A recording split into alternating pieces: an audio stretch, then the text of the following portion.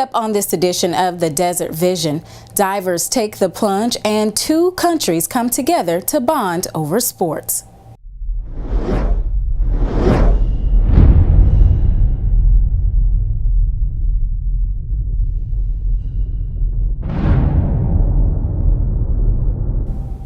Welcome to this edition of the Desert Vision. I'm Army Sergeant LaShondra Shaw.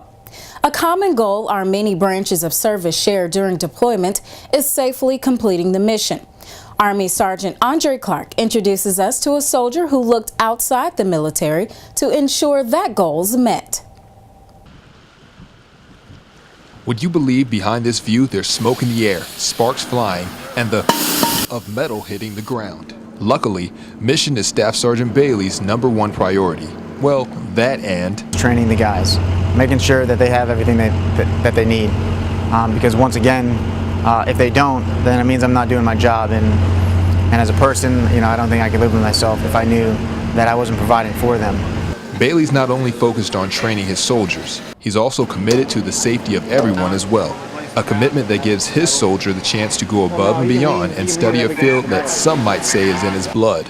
Specialist Index's father is a trauma surgeon, his mother's a nurse, and his sister's a physician's assistant. And he is, well, I'll let him tell you. I'm dive trained. I'm also civilian EMT qualified at the moment. I'm also working towards getting paramedic and a ACLS course, which is Advanced Cardiac Life Support, which will help bring everybody home safely. Due to the diver's unique mission, the Combat Lifesavers course might not always be the most effective form of care. So for Indek to pursue advanced training just for the safety of his unit, it's definitely not overlooked by his leadership. I think it's awesome. I think it's great that he was able to step up, go to the school, get the training, and not only get the training, but do well, and then go on a deployed team and actually be the medic when his primary MOS is a diver. For the Desert Vision, I'm Army Sergeant Andre Clark. One of the unique benefits of joining the military is meeting those you might not have otherwise. Army Sergeant Andre Clark was there as two young women from different parts of the world bonded through the love of a game. The Honorable Matthew Tuller and a group of pumped-up airmen gathered together at the United States Embassy in Kuwait for a reason that you might not expect. This morning we're engaging in athletic activities. We're teaching about team sports, establishing friendships the ways team sports do. We hope it's a good morning, that everybody has a great time. Whether you call it football or soccer, it's a game loved by many and gives participants a chance to talk to and you relate to on an athletic level. I'm hoping to maybe help strengthen the ties between the U.S. and Kuwaitis, and see that there's not a whole lot of differences between us, but also learn their culture, learn a little bit more about them that I wouldn't have otherwise. The Embassy Sports Day was also a chance to help students like Ida practice English and how to speak to others, not shy, spirit of cooperation, met new people. Yeah, that was great. Yeah. Ida wasn't the only person that took something away from this experience. This is the first time I've ever gotten to actually speak to a national Kuwaiti. It's great to meet so many women that are so smart and that love to do what we like to do as well. We're not that different after all. Reporting from the United States Embassy in Kuwait, I'm Army Sergeant Andre Clark. U.S. Ambassador to Kuwait Matthew Tuller was the guest speaker at Camp Arifjan's National Prayer Breakfast. He talked about how prayer gets him through the daily rigors of life. In the crowd were service members and civilians from many different faiths.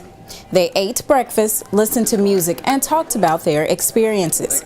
Specialist Navarro was inspired by the ambassador and the event. I'm really proud for the ambassador to take their time to come here with us and pray. And the gospel was awesome. I feel really inspired to go to work every day and to help this nation and help all my comrades here in this awesome mission. It was a day to pray for our families, our military, and the United States of America. How far would you go to survive? Army Sergeant Andre Clark takes us to a land far away and really close, where troops navigated through obstacles and overcame multiple challenges to find the heart of a warrior. Before the battle for survival was won, man conquered beast.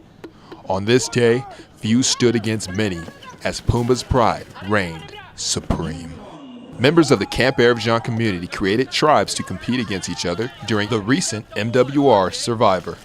The opportunity to let loose was a welcome way to break up the monotony for troops. When you're in a deployed environment like this, you sort of get in the monotony of doing the same thing every day, and it can just really take a toll on you. So getting to, switch it up, doing something unique like this, you don't always get the chance to do, is just a great way to relax. Face paint and rocking a loincloth weren't the only things getting people out of their rooms.